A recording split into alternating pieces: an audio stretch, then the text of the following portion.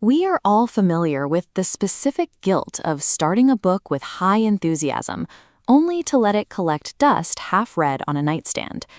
It is easy to assume the mental effort required for a 300-page novel remains steady from the first page to the last. You expect page 20 to take the same amount of energy as page 200. In reality, a book's structure often mirrors the pacing logic of an open-world video game. Both share three distinct phases: an initial hook to draw you in, a heavy midpoint grind that feels like trekking across a massive map, and a fast-paced climax. Successfully finishing a book requires mapping these shifting difficulty tiers, rather than relying on a perfectly consistent attention span.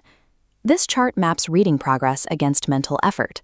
In the first 15%, the honeymoon phase, difficulty is low. By 30%, effort remains low as you learn the world.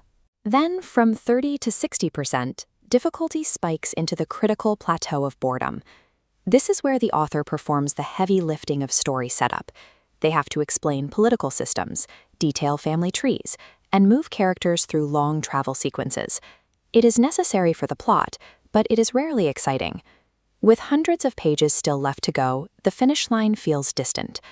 This is the moment a new Netflix series or a different book starts to look more appealing than the one in your hand.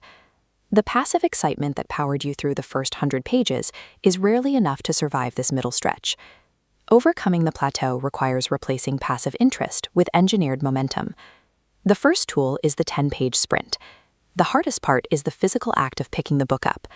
By setting a micro goal of just 10 pages, you bypass that initial mental friction. Once you start, you will usually find the rhythm to keep going. The second strategy is to switch the medium. If you are bogged down in dense exposition, try the audiobook version. Listening to a chapter while you fold laundry or walk the dog clears the slow sections without requiring your full stationary focus. The third tool is active questioning. Pick one specific character and ask, what is the one thing that must happen for them to be happy?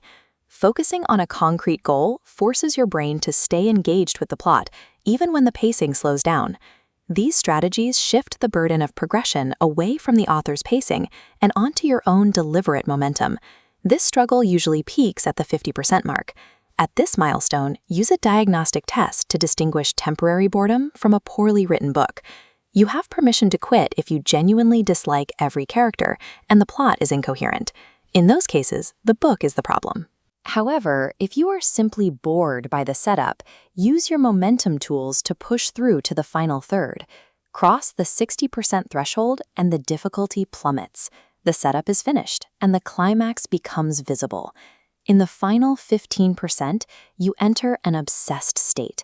The effort to keep reading disappears completely because you must know how it ends.